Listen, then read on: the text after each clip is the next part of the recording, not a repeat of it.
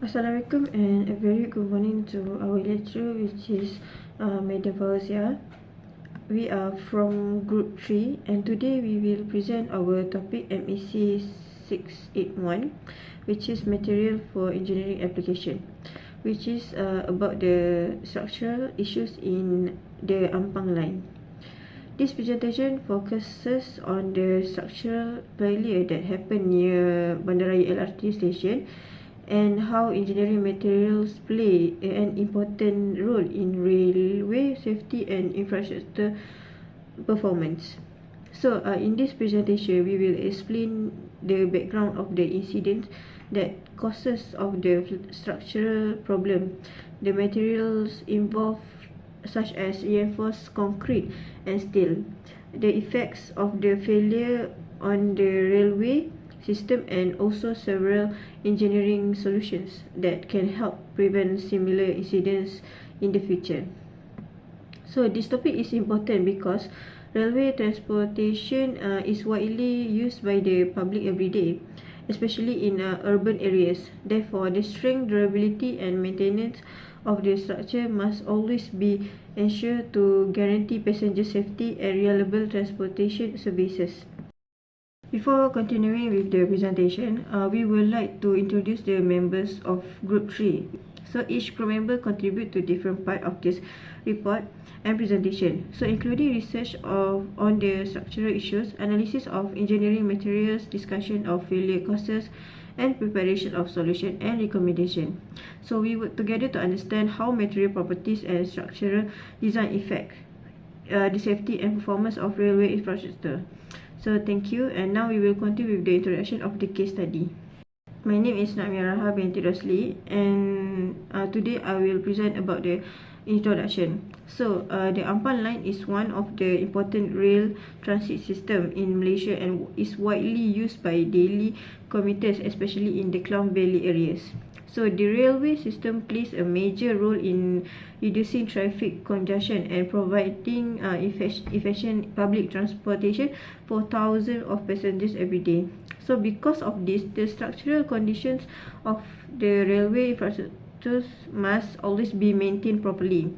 So in January 2023, a serious structural issues known as a kinked track, which is occurred near Bandaraya LRT station. So this happened when part of the elevated support structure shifted and caused the railway tracks to become misaligned. So the investigation showed that the problem was believed to be related to nearby constructions activities and ground movement that affected the reinforced concrete viaduct and steel rail system. So as a result, the train service were disrupted and the incident raised concern regarding passenger safety, structural stability and the reliability of the railway infrastructure. So this report will discuss the engineering materials involved and the causes of the structure failure and possible engineering solution that can improve the safety and durability of the structure in the future. Next, I will explain the types of materials related to the structural issues in the Ampang LRT system. First is the steel rail track. Steel is used because it has high tensile strength, hardness and fatigue resistance. At the microscopic level, the steel contains ferrite and pearlite structures. Ferrite provides ductility while pearlite improves hardness and wear resistance.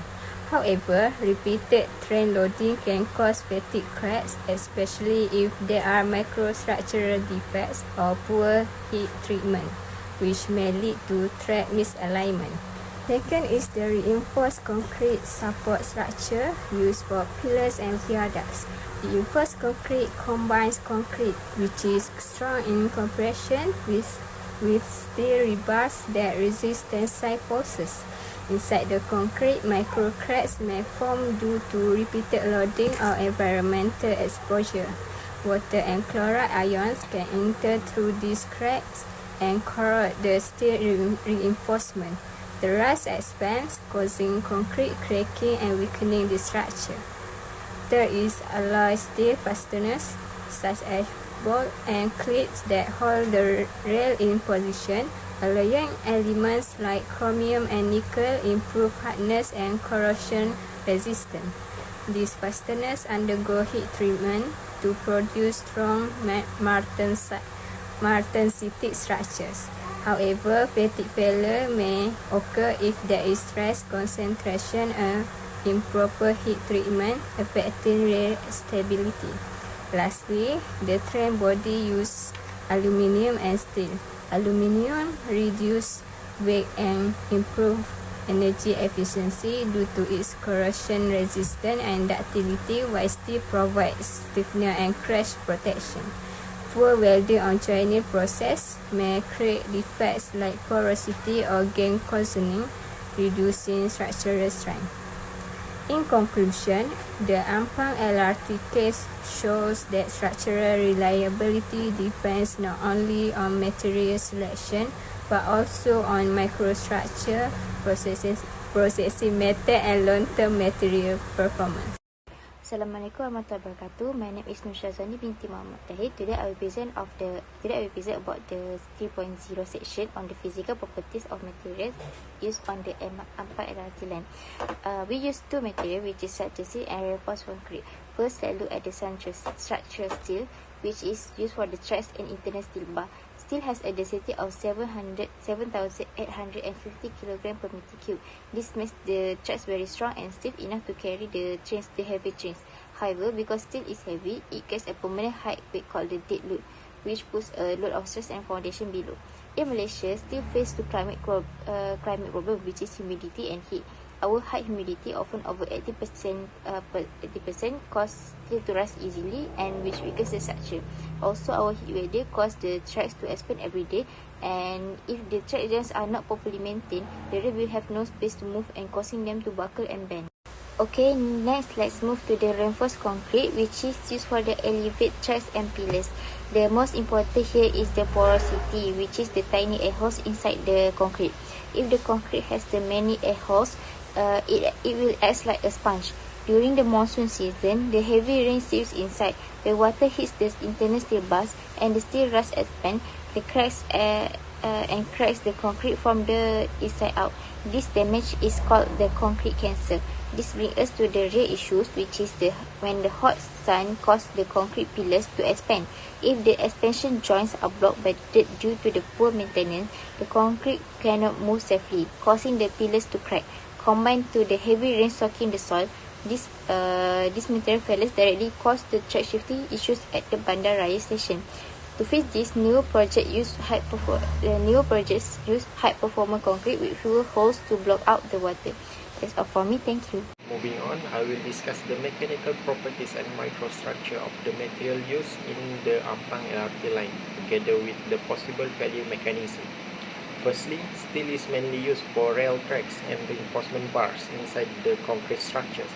Steel has high tensile strength, allowing the track to withstand heavy forces during train movement, especially accelerating and braking. Steel also has good fatigue resistance because the tracks experience repeated loading cycles every day. In addition, the rolling process produces a hardened surface layer while maintaining ductility, which helps the steel absorb energy without fracturing easily. Next, concrete is used for the elevated viaducts and support piers. Concrete has high compressive strength, enabling it to support both the structure itself and the load from the trains. However, cracks can form due to excessive loading or unstable soil condition. Concrete porosity also allows water to penetrate and reach the steel reinforcement, leading to corrosion and concrete spalling, also known as concrete cancer. Several failure mechanisms can affect the LRT Ampang line. Fatigue failure may occur due to repeated train loading, causing cracks and track misalignment. Corrosion weakening is also common because Malaysia's humid climate accelerates steel oxidation. Finally, poor maintenance and external factors such as nearby construction and soil movement can further weaken the structure and lead to damage. In conclusion, the mechanical properties and microstructure of steel and concrete are very important in ensuring safety and durability of the Ampang LRT line. Welcome and good morning everyone. My name is Azahar bin Saidan and I will be presenting about the structural issues in the Ampang LRT line. Okay, to understand its infrastructure, we must look at the key engineering materials such as structural steel and reinforced concrete. Okay, these two materials ensure the effective functionality of the Ampang LRT line with their distinct properties.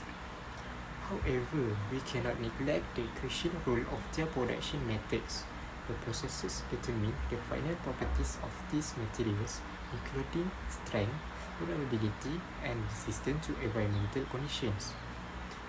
Okay, to discuss the production processes, we will review two specific sections: fabrication methods and the material strength.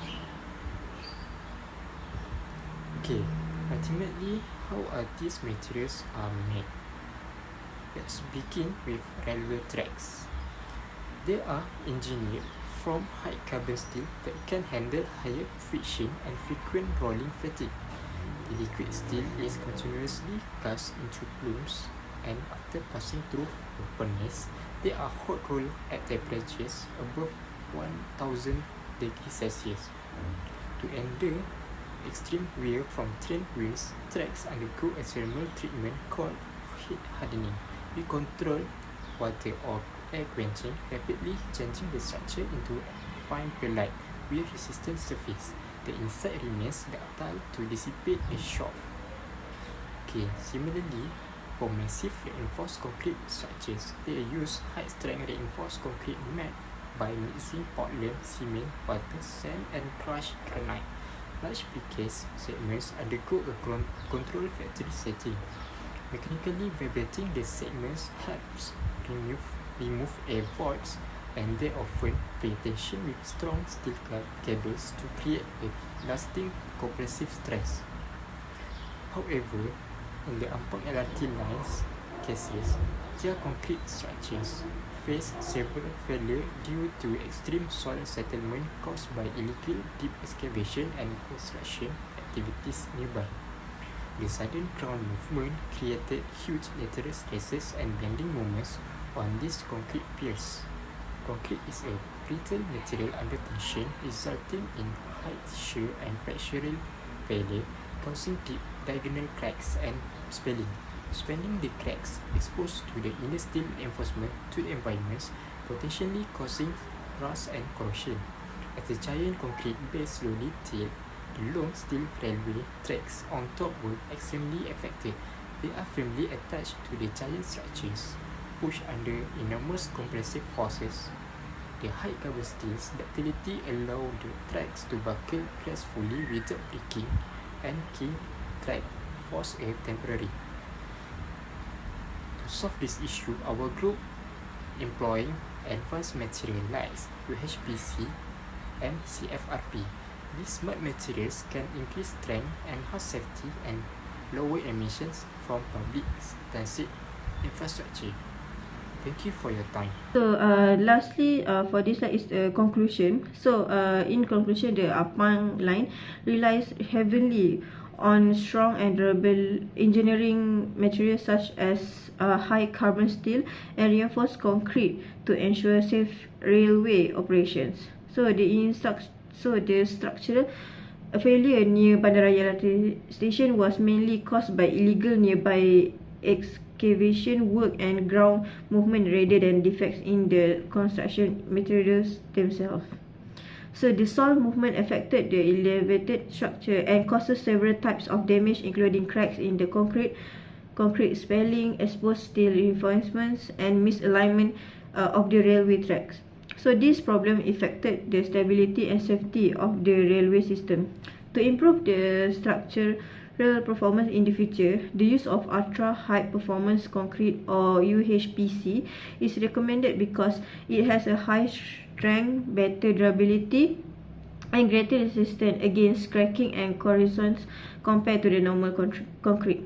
So in addition, retrofitting the columns using carbon fiber reinforced polymer, also known as CFRP, can increase the shear and flexural strength of the structure and help prevent future structural failures. So overall, this incident shows the importance of proper construction monitoring regular maintenance, and the selection of high-quality engineering materials to ensure the long-term safety and reliability of railway infrastructure. Thank you for listening to our presentation.